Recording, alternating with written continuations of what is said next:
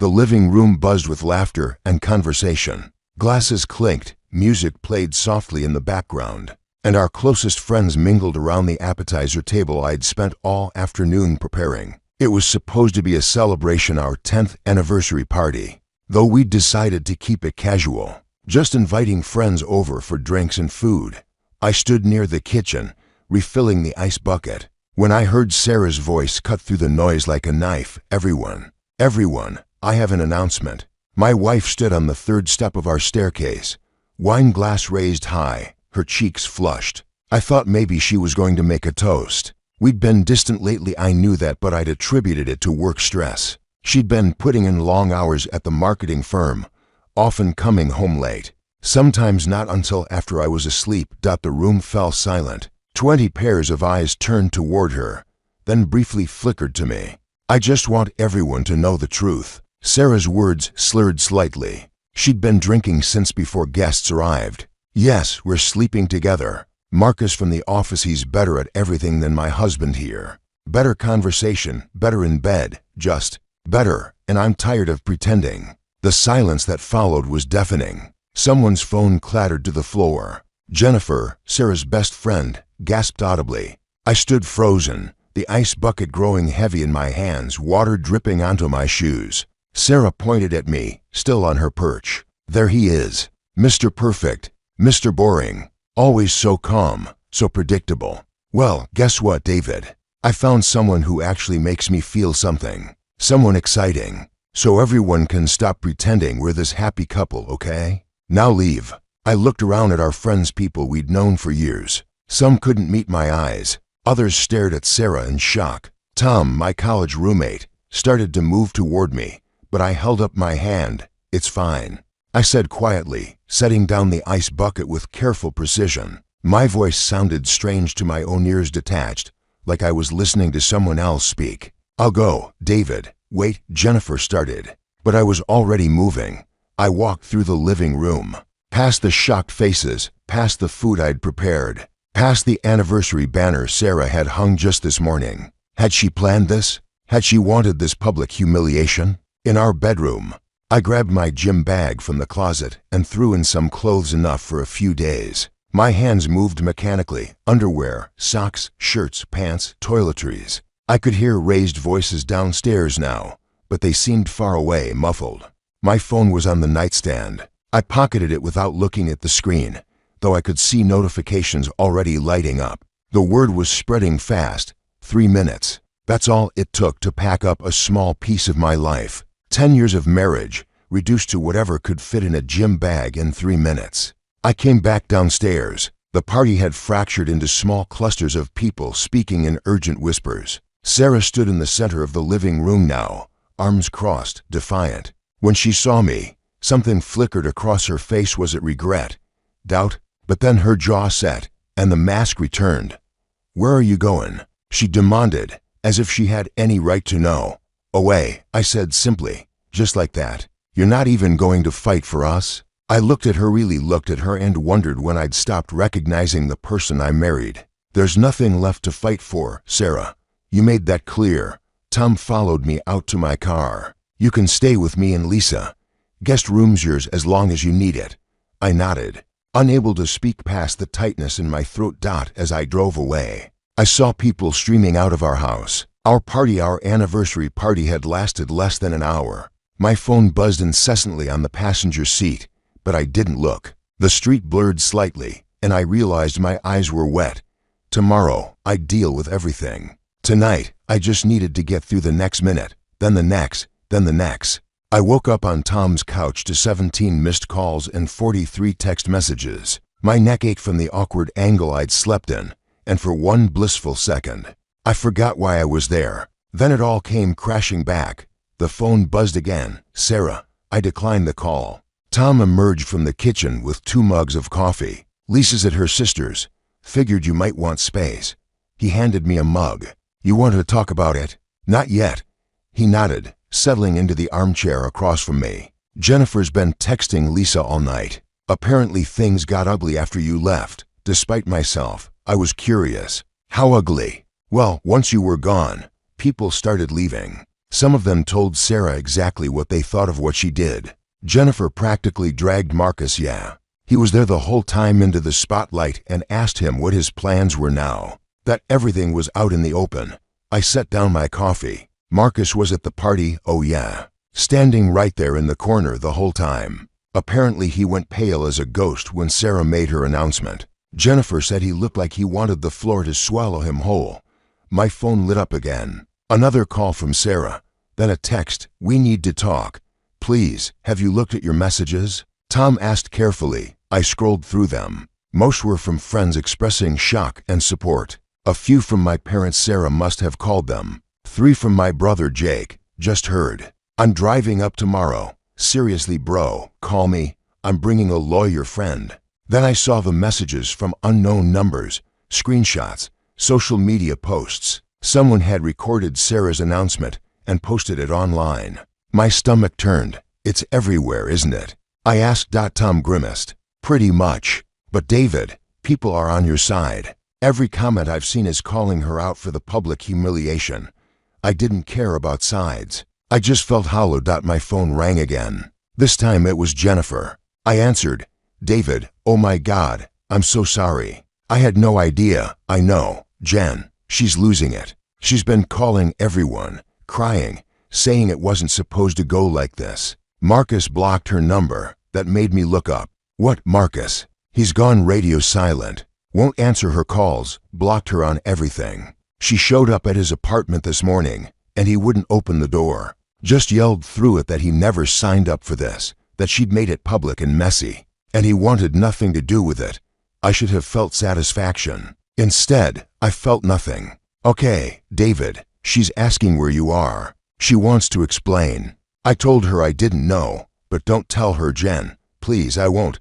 "But, are you okay?" "Stupid question, I know, but I'm at Tom's. I'm okay. Or I will be." After I hung up, Tom leaned forward. "My buddy Steve is a divorce lawyer. One of the best. I already texted him. He can see you Monday morning if you want." Monday. It was Saturday now. I'd been married Friday morning. By Monday, I'd be starting divorce proceedings. "Yeah," I said. "Set it up." The rest of the day passed in a strange fog. I drove to our house when I knew Sarah would be at work, or at least, I hoped she'd be at work. The house was a disaster. Plates and glasses everywhere, food congealing on tables. The anniversary banner hung crooked, mocking. I packed methodically this time. Clothes, documents, laptop, photos of my parents and siblings, my grandfather's watch. I left the wedding photos on the wall. Let her deal with them. In my office, I found the stack of bills and financial statements I'd been managing. I photographed everything. If Jake's lawyer friend was even half decent, they'd need documentation. My phone buzzed. Another text from Sarah. "I saw your car. I'm coming home. Please wait."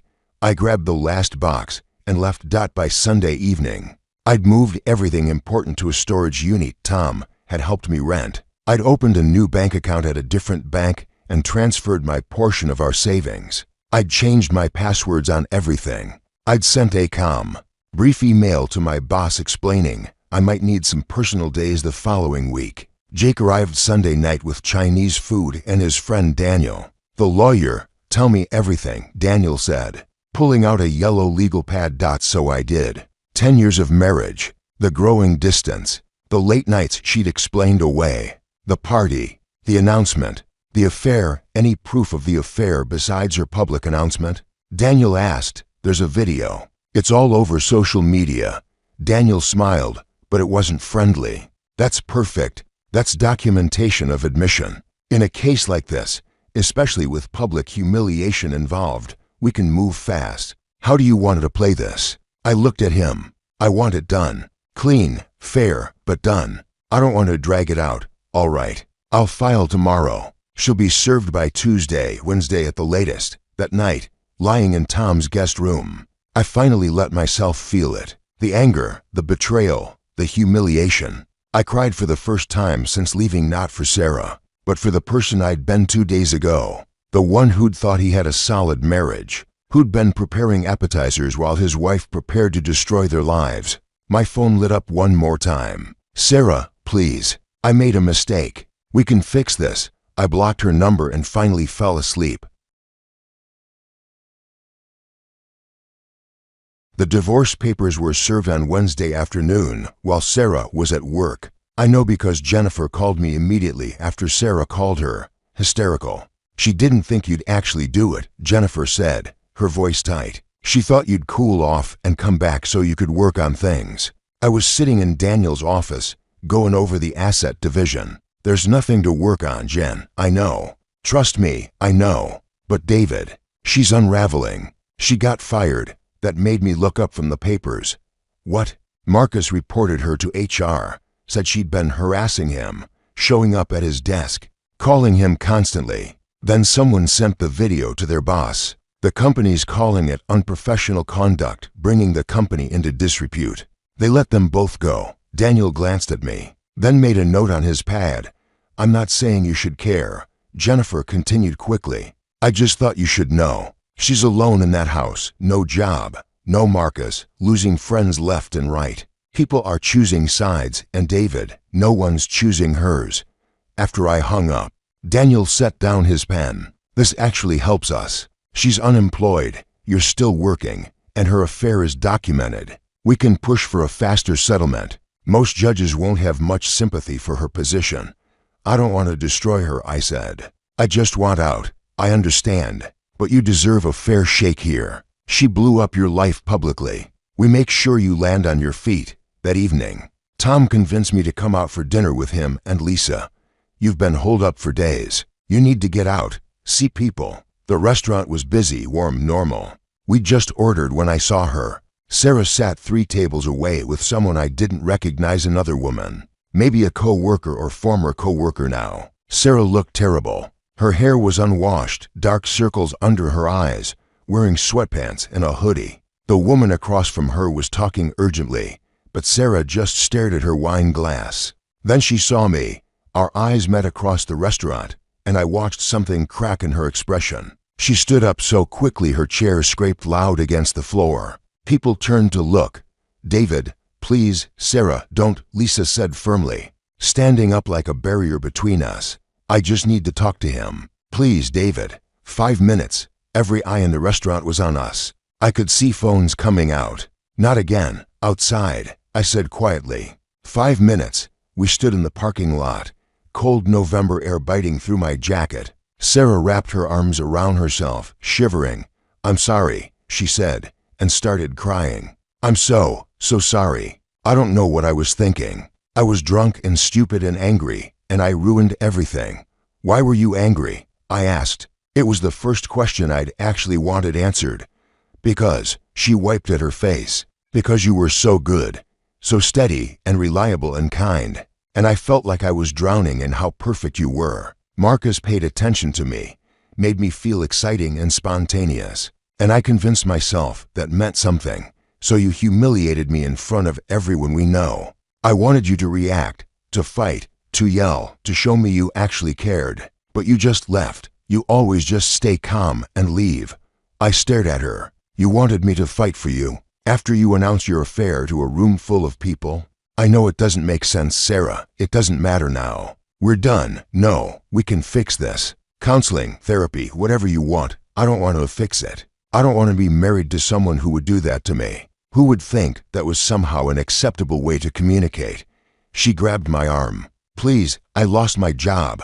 I lost Marcus. I'm losing all our friends. I can't lose you too. I gently removed her hand. You already did. You lost me the moment you stood on those stairs. I made one mistake.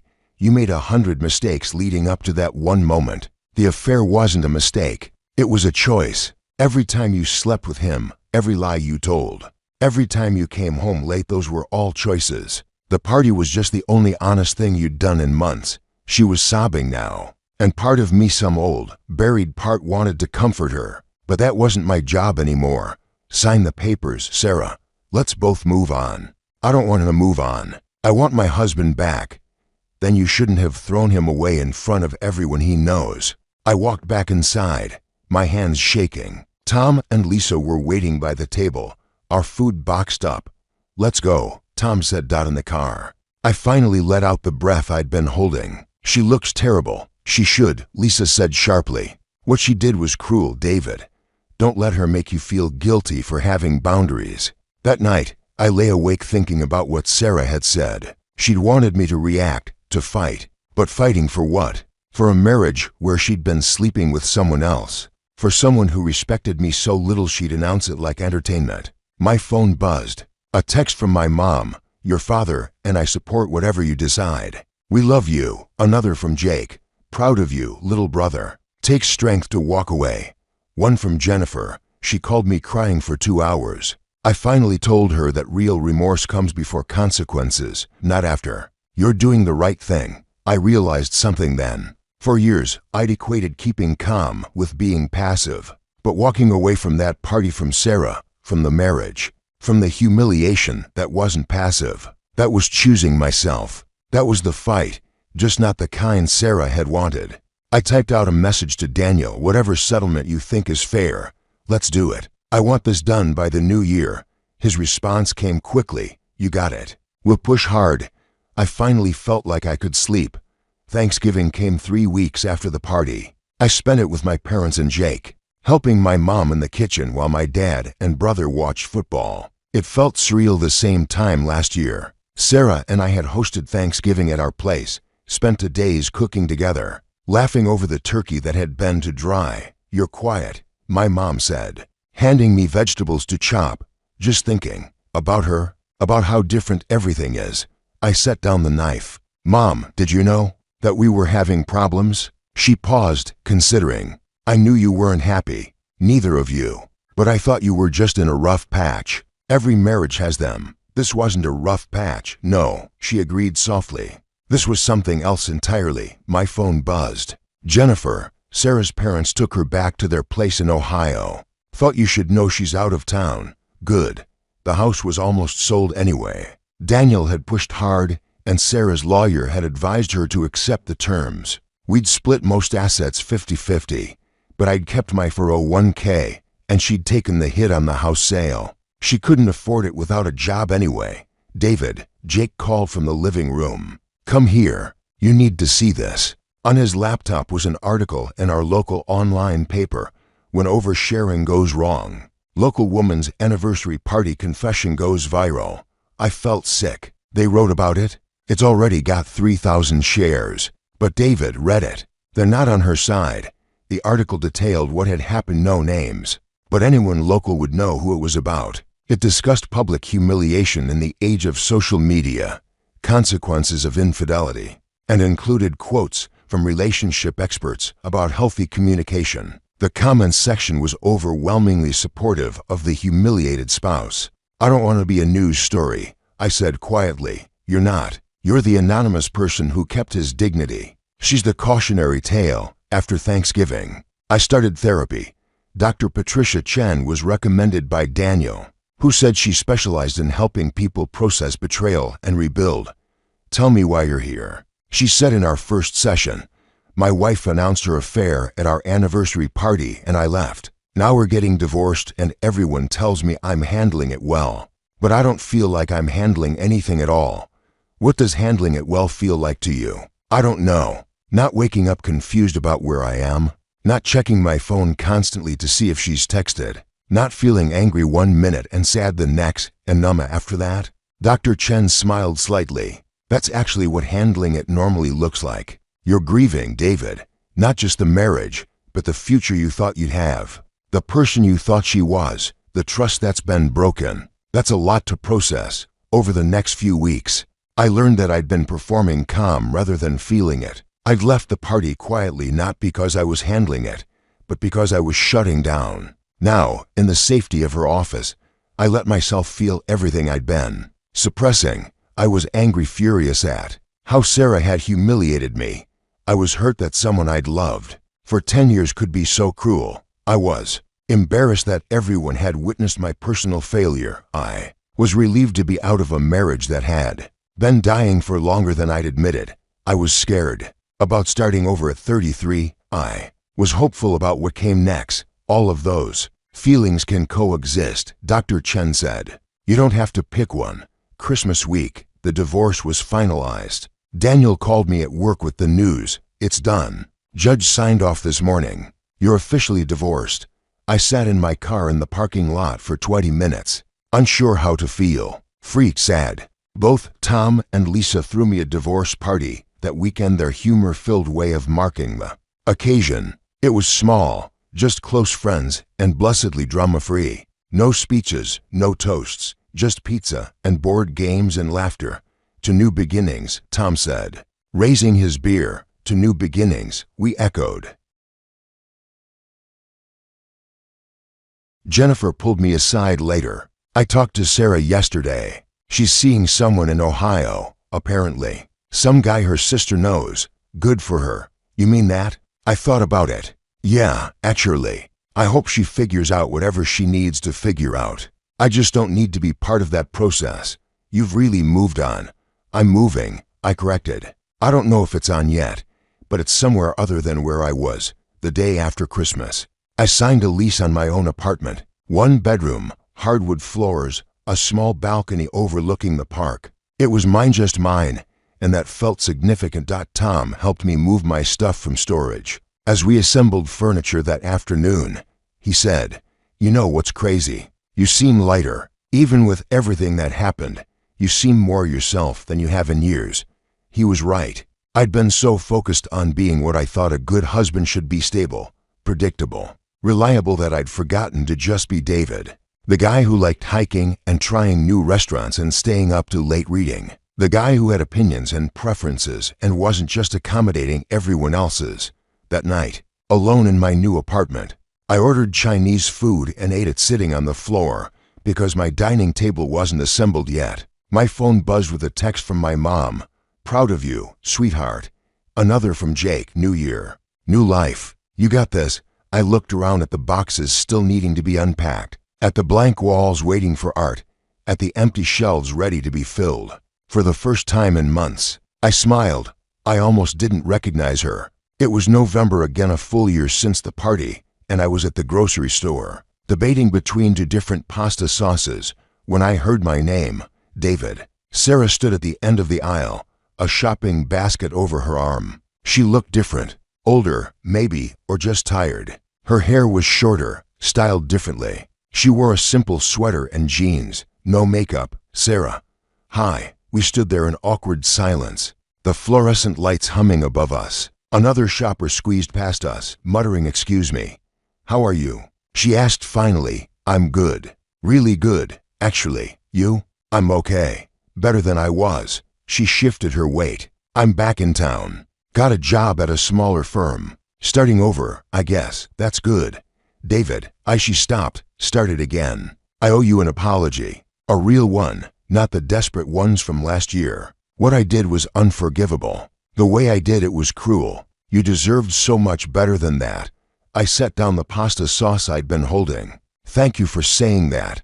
I've been in therapy. A lot of therapy. Trying to understand why I sabotaged something good because it felt too stable. Why I equated drama with passion." She laughed, but it was hollow. "Turns out I had a lot to work through."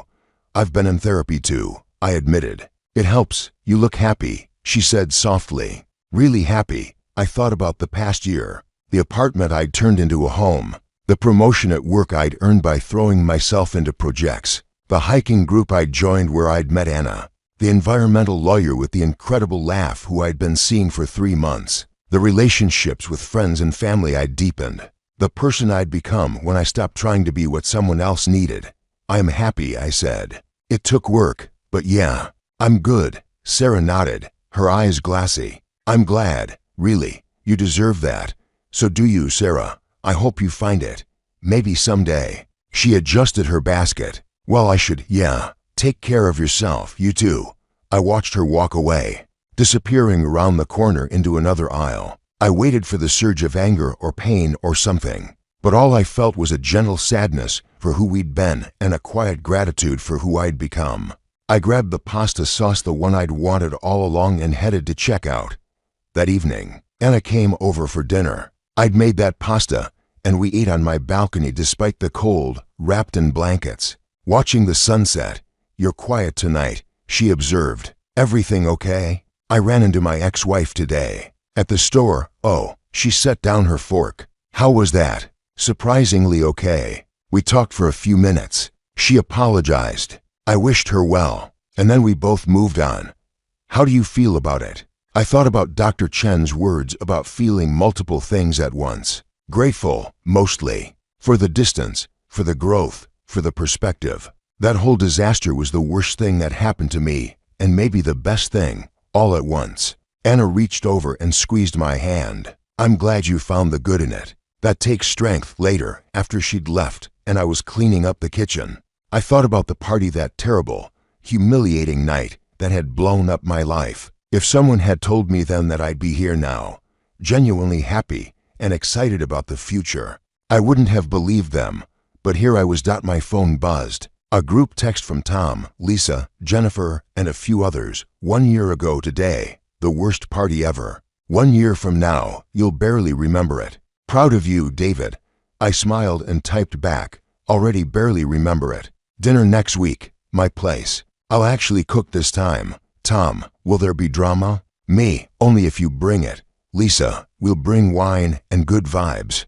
Jennifer, and maybe a fire extinguisher in case your cooking hasn't improved. I laughed, saving the text thread. Before bed, I stood on my balcony looking out at the city lights. Somewhere out there, Sarah was starting over too. Marcus was probably living his life, having learned his own lessons about consequences. The friends from that party had moved on to their own dramas and celebrations. The video of that night still existed somewhere on the internet, probably a digital record of the worst moment of my life. But it didn't define me. It was just a thing that had happened, a chapter that had ended, making room for everything that came after. I thought about the man I'd been a year ago, so focused on keeping the peace that he'd forgotten to ask if the peace was worth keeping. So afraid of conflict that he'd missed all the signs of a dying marriage. So invested in being good that he'd forgotten to ask if he was happy. That man was gone. In his place was someone stronger, wiser, more whole. Someone who knew the difference between staying calm and shutting down. Someone who understood that walking away from what hurts you isn't giving up, it's choosing yourself. Someone who'd learned that the end of one story is just the beginning of another. My phone buzzed one more time. Anna, thanks for dinner. Thanks for being honest about today. Thanks for being you. Sweet dreams. I smiled and typed back, sweet dreams. See you this weekend. It's a date. I went inside, locked the balcony door, and got ready for bed. Tomorrow I had a meeting at work, coffee with Jake, and a therapy session where I'd probably talk about seeing Sarah and how fine I actually was with it. Tomorrow, and the day after, and all the days after that, the party was over. The real celebration, the one where I rebuilt my life on my own terms, was just beginning. And this time, I was writing my own story.